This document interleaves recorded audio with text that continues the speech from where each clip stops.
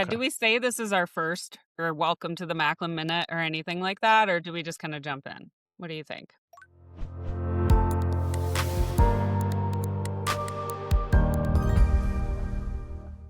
So, hello, everybody. My name is Bill Vorhies, and welcome to the first and potentially only Maclyn Minute.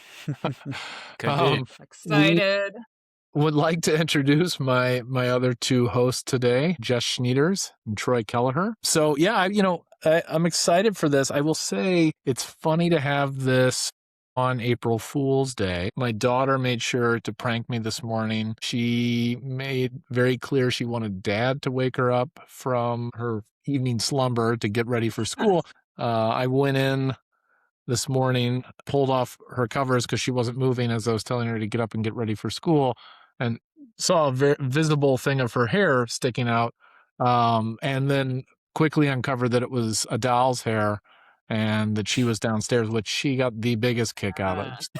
Uh, Um, She totally got you. but I do feel like I have to ask you guys your opinion just because we are in the marketing industry. A lot Mhm. of companies use April Fools on social media now to try and snatch people's attention, and I don't know if you think it's, like, too overdone. If you can really convince people, like if you can really like trick people, like I don't know how you do that. You because all the brands are doing it now. So I guess it would be a combination of like timing. Like I know some brands have started doing it like the day before, which to me Mhm. feels like cheating. But timing and then like making it kind of like outrageous but believable enough at the same Yeah. time, I think is key. But yeah, it's a little overdone though, I think. I did see a good comment on LinkedIn today about it that if it reflects your brand, if your brand uses humor anyway in their Mhm. marketing and it just sort of fits in with the rest of your plan, it could make sense. Otherwise, maybe stay away from it or, has to be really Yeah. clever in my opinion. cool. So, I keeping in the theme of being a little bit fooled. What is one thing that I wish I knew before I got into marketing or when I started into marketing? I'll kick it over to Jess. Yeah, I like that question. And mine may be a bit cliche as far as, okay, what do I wish I knew before I got into marketing many, many, many years ago? But it's a phrase that I'm sure everyone's heard, but I think you really need to kind of listen to it again. And it's don't ever assume because you will make an ass out of you and me. Right? I think we've heard it before, but really, what does that mean? And what did I personally learn from it? I think there were many times, whether, it was working with clients or even just internal, leadership or peers, where maybe I assumed something was a certain way, didn't communicate, didn't clarify, and definitely learned my lesson and probably looked a bit of a fool because of that. So I think it's something that I learned pretty quickly on in marketing was clear communication and the importance of it and setting expectations, especially in like a client service role. No, I love that answer. I mean, I'm gonna give an example out of that myself. When I was in brand management for Kraft, every little detail mattered. I remember I was at a printer where we were running the display packaging for the first time. And I specifically remember that printer was using the very specific Pantone that we were supposed to have. But I remember saying, as it was coming off the line, just thinking after one run or two that something did not seem right, even though it was very clearly the Pantone we prescribed. But it was also a new printer. I changed my flight that was supposed to happen that later that afternoon, and I made them rerun like 3 or 4 different versions. And I remember at first I thought I would get in trouble for incurring additional expense, but the idea of assuming that Pantone was correct and that was going to be the right packaging, I think I would have killed me even more if that came out wrong. What you were saying just it made me think of kind of like when I first got into copywriting. I just remember there was this one job we had where it was a billboard and it had like, it was a very short headline. It had like maybe like 4 or 5 words in it. And I remember this art director and we had been like working on this like billboard campaign for a while. And I remember we were just standing there, just staring at the screen, for like an hour, like making little tweaks to it and stuff. Cause I used to always, for some reason, sit over my art director's shoulder while they were editing and just like, talk to I'm them. sure they love that. Yeah, They loved it. They loved it. Yeah. Mm. when my kids do that, I love it. Yeah, Everybody love loved it. it. Yeah. But I still remember our creative director came up to us like at the end of it, and we were like, "Hey, how does this look?" And we've been staring at it forever, and he's like, "Typo right there." And it was like one of the 4 words that we had written and put on this billboard was misspelled, and I just couldn't believe it. So it's like, sometimes if you look at something too long, then you're kind of making an assumption about it. But then if you bring in a fresh set of eyes, or you step away and look at it again, then you kind of stop assuming and you see it for kind of for what it is. Yeah, that's a good point. I'm sure a lot of us have those examples where we learned our lesson, right? What about you, Bill? What do you wish you would have known before you got into the marketing industry?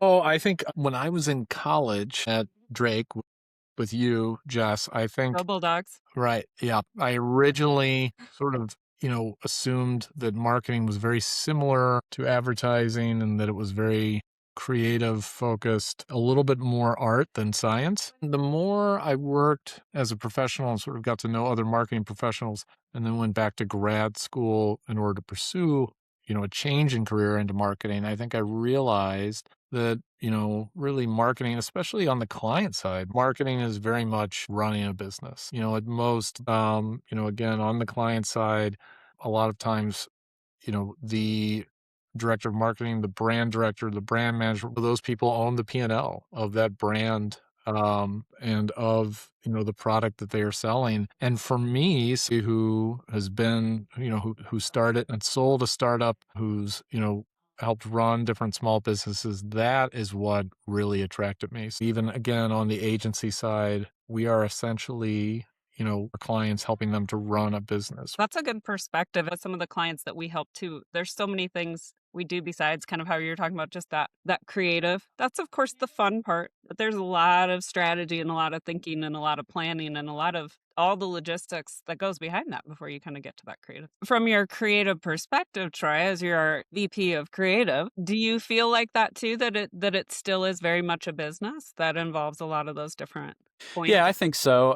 And I think like one thing that has changed for me, just working at Maclyn for years now, has been that I've kind of learned to think more about the business side of it, Okay. because I think that helps the creative. I mean, the reality is that we're not just making art here. It's not something that's just to be appreciated in itself. It serves a business need, right? So I think that thinking about it and being aware of the business side of it is important for creatives too. That's Yeah, also some pretty awesome art. I just have to chime in. Our team makes some Yeah. pretty awesome stuff. Yeah. Troy, we have to ask you now, Yes. what do you wish you would have known before you got into this crazy industry of marketing? Yeah, no, I guess for me, one of the things that it's more of like a mindset that I wish I had had when I'd come in, but like I wish that when I first started, I had thought about things in terms of like value, kind of how do I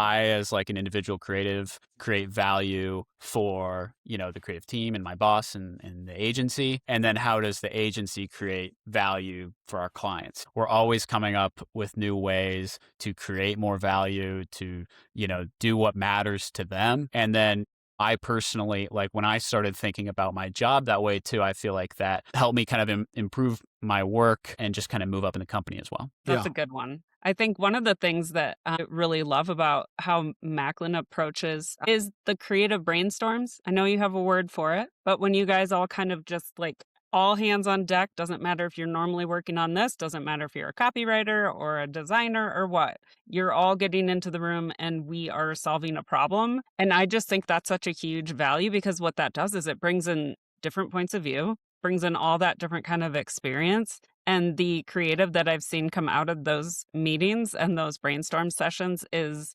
amazing. And I think that it's such a smart thing to think about it that way as kind of a team. Totally. I mean, sometimes we'll even bring in, AEs, Mhm.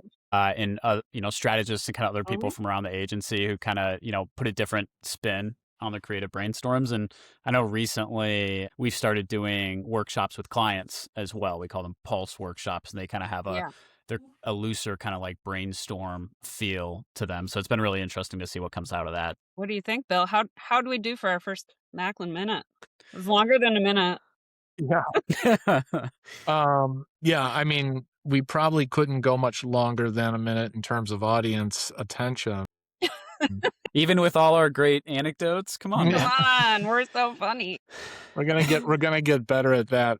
But yeah, that's it. If you have any other questions for us or just want to learn more, feel free to follow us on our socials or visit us on our website at maclyngroup.com. And we'll see you next time on the Maclyn Minute. Thanks all. See ya.